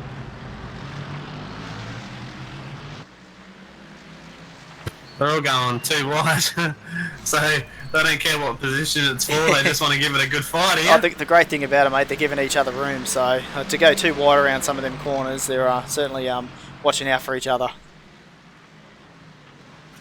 Oh, definitely, and obviously some of these boys, you know, before pit stops, they would have been a little bit higher numbers than what they are now, so or lower numbers, should I say? So they're probably feeling a little bit of pressure, and especially Rob at the back of this pack, he'd be really feeling it. You know, he was in fourth or sixth when he came into the pit stop, so he won't be liking where he is at the moment. Yeah, well, out of this group here, Rob's got the best tyres with only 4 laps on them tyres. Desmond Hinkley has done 38 laps on that set of tyres. How he's holding these guys off is beyond me. Definitely, it looks on my timing screen that he's the only one that hasn't pitted.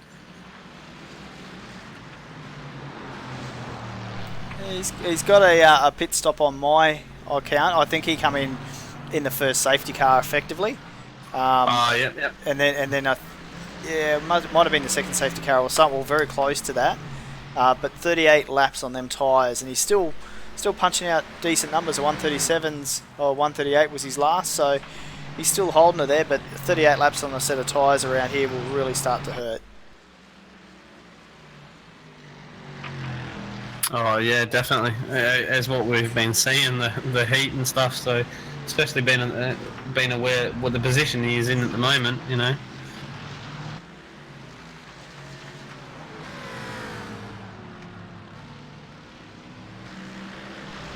See Rob come through on them newer tyres. Oh, there's a touch there from Simon and Rob. He's letting them know that no, you're not getting it that easy, mate. He's a touch back. I see how Desmond's sort of thrown out the white flag and just, I think he just wants to get the car home. But yeah, Simon and Rob, that was pretty full on in that. Oh, I don't think Rob's gonna back down. I think Rob's gonna give it and say, look, mate, that's my position, and I'm definitely coming through to grab it. But I don't think Simon's gonna give it up too easy, especially with the last 2.5 minutes. Yeah, I think. Simon's letting him go. Yeah, I think Rob with the newer tyres, he's going to have it. It's going to happen within the lap or so. But yeah, Simon's not going to make it easy. But saying that, the pass is done. Yeah, he just said in chat then that Rob could have it. So yeah, that's good sportsmanship there. He knows that he was going to get it anyway, so you might as well let him through, see if he can go and catch some time up and have that crack with David Miller.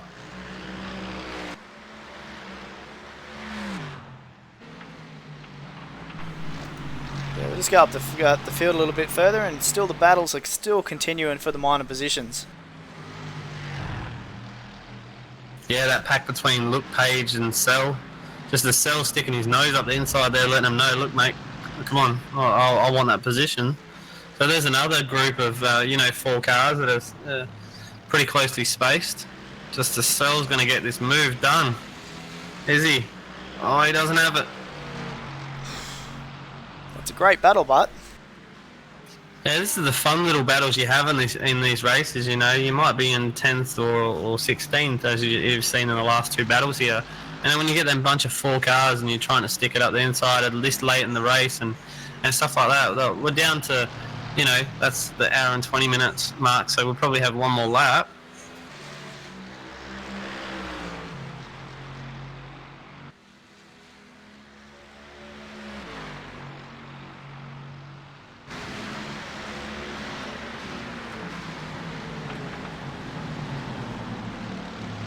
Salah's on the fresher tyres out of this group as well, so he'll have a little bit better braking performance, a little bit better turn-in, but I mean, at the end of the day, there's no positions going to be given away easily here.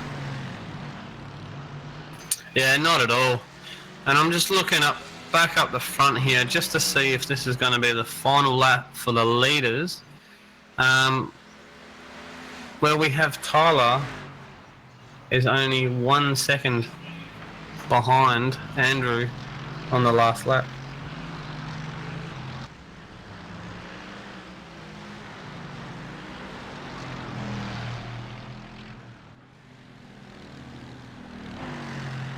Oh, he's closing that gap, but I don't think he's going to get close enough by the end.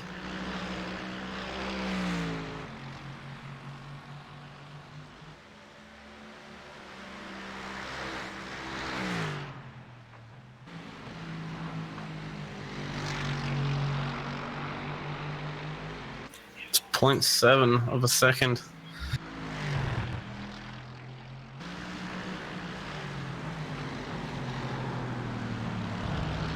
this positional change from first to second happened in the pit stop with a 2-second difference in the total stop time. So I don't know if there was a little bit of a miscalculation on the fuel that was going into Tyler's car at all, or he just wanted to get that little bit more to be safe. And Andrew's just run it on the skinny side, but we'll see how it all pans out towards the end.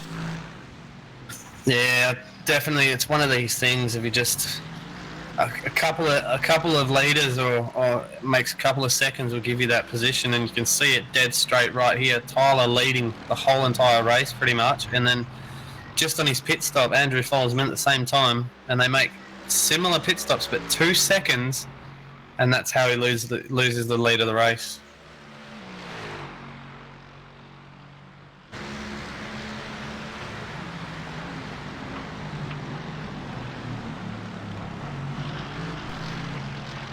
So what do you think, Steve? Do you reckon Andrew did short fill it just to get that positional change, and he's going to have to back it off in the last couple of laps to recover some of that fuel?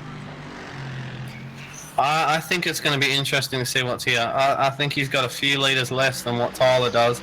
I think they're both going to make it to the line, but the way Tyler's been catching him, like he caught him a good half a second on that lap. So if he does it again, and he puts the pressure on, he might be back in first position by the time they call this race. But I better watch what I say, though. Commentators curse and stuff. So. Yeah, there's certainly nothing between them. But yeah, I think the fuel difference. I really reckon Andrew would be being a bit light on that accelerator pedal and just running it a bit, backing off a little bit, coming into the corners and just rolling it into the corners, just saving that little couple of mil here, couple of mil there, just to make sure you can push and get it home. Yeah, I think Tyler's got a little bit more fuel here, so I'm going to keep a close eye on this and see if basically Tyler can get back in front. But I think the quality of these two drivers, I don't think he's going to make it.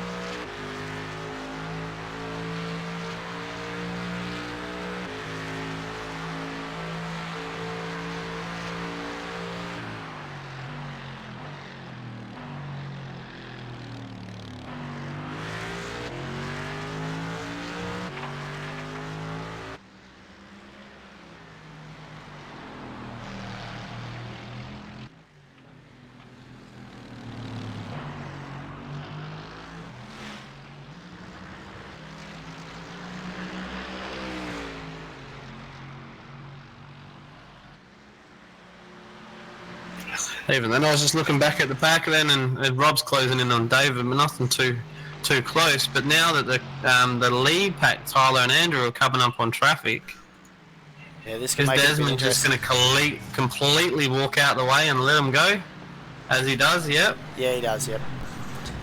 But I do believe Andrew is pulling it off the throttle a little bit and just saving that couple of mil here and couple of mil there, whereas Tyler's under full rich and he knows he's got the fuel to get the pass done. He just got to pick the position and get it done cleanly.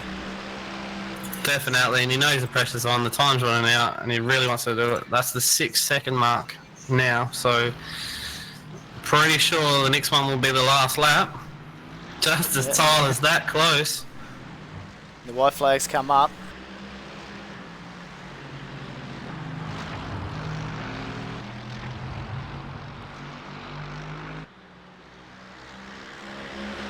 I think he might have just done enough to get it home.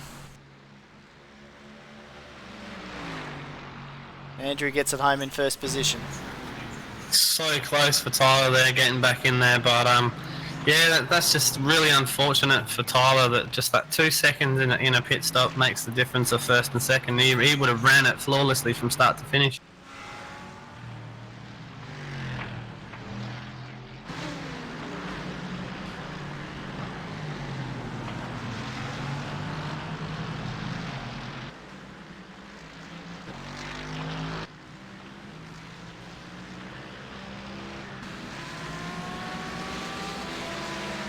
Yep, there's still heated battles going on.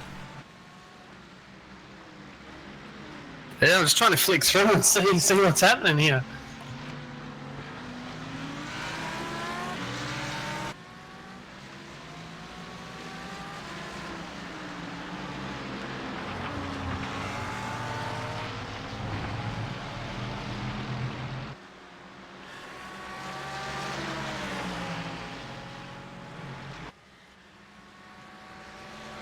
he's going for it at the line.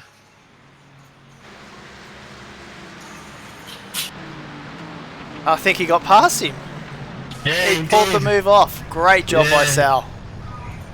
Just there, just before the line.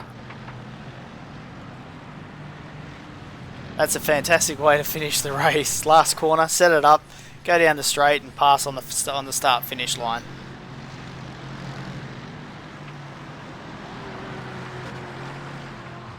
Yeah, I'm trying to judge that at the line.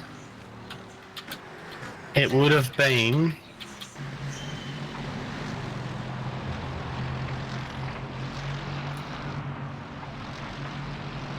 Yeah, it would have been about half a metre. That's when you know you've got a close race on your hands. Yeah, just here and there in the chat there, in the game chat, that he hit the pit limiter on the main straight there. That's how Sal got past him. Oh, you wouldn't to get that far through an 80-minute race and to do that right on the start-finish line and sacrifice a position, that hurts. Yeah, definitely. You know, that's a real kick in the teeth there. You know, coming down last corner.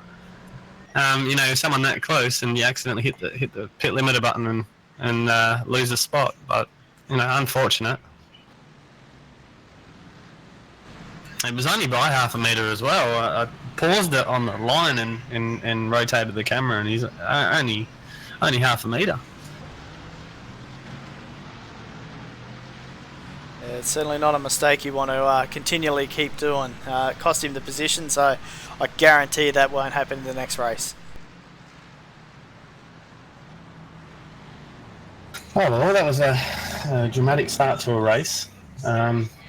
Very interesting start, but yeah, you know, we got out there and you saw them battle packs starting to happen. There were 4 or 5 cars, and we had a few races there and a few little touch-ups and stuff. But again, you know, it's this series with these drivers. They all know how they drive and how everyone can control a car. So that's what makes it so viewing.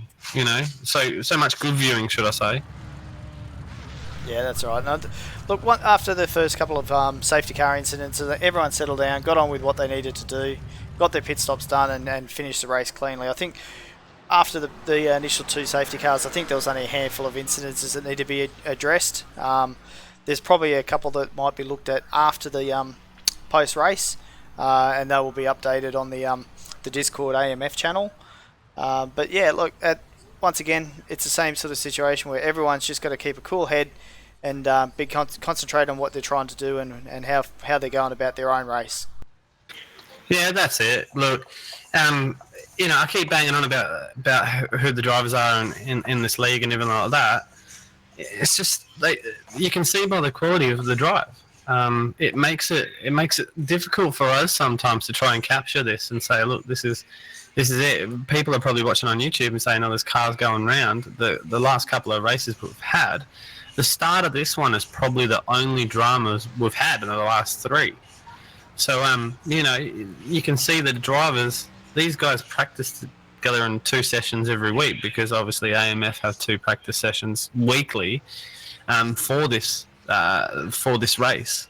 And that's where they're all learning and stuff. So, you know, they mess around in there and they know the limits that they can push each other and where their weaknesses and strengths are. So, no, I've got to give it to the boys that they can go out here and run for 80 minutes and not have any major dramas and still be respectful. You know, we saw a few touch-ups and a few spins and whatnot, but that's racing, especially on the 39-degree track that we had. And with the tyres and the setup that we had, I know I would have issues, but yeah, well done to all these lads. Yeah, that's exactly right, Steve. Look, once again, the same sort of deal. We've had clean racing. The guys know how to clean race. Unfortunately, a couple of incidents to start this race off. Hopefully, once again, everyone will just reset before the next round and forget about this round and move on, and we'll get back into the sprint rounds next week. It definitely sounds like a plan. So we might as well wind it up now. We'll try to get a hold of the boys and trying to get them into the commentary room, but they don't seem like they're too interested at the moment. No. But yeah, well, I think they've got a bit going on themselves in race control, so I don't think we're going to be able to get anyone in. And I'm not sure if the leaders have left. I think they've left the server at the moment. So, look, I think we're right there, Steve. I think we'll wrap it up for now, and we'll reset and regroup and go back again next week back into sprint rounds. yeah, definitely, and that's where I think you're going to see more of the moves. I think it was more strategic, as you said at the start. The start of the race, it was more strategic this race, but definitely the sprint races next week. I think that's going to be where everyone's going to be pushing it. So yeah, well, thanks Bruce for coming and joining me in the commentary box tonight and running all the stuff, and thanks to all the sponsors, the CM Security, Arbicon, CBR Carts, CPR Carts. I got to spit it out right today. And thanks to the boys, Justin and Ryan, for putting on the AMF GT3 Dev Series. Yeah, thank you very much, Steve, and looking forward to next week. No worries. From the commentary box at the AMF Dev Series, good night.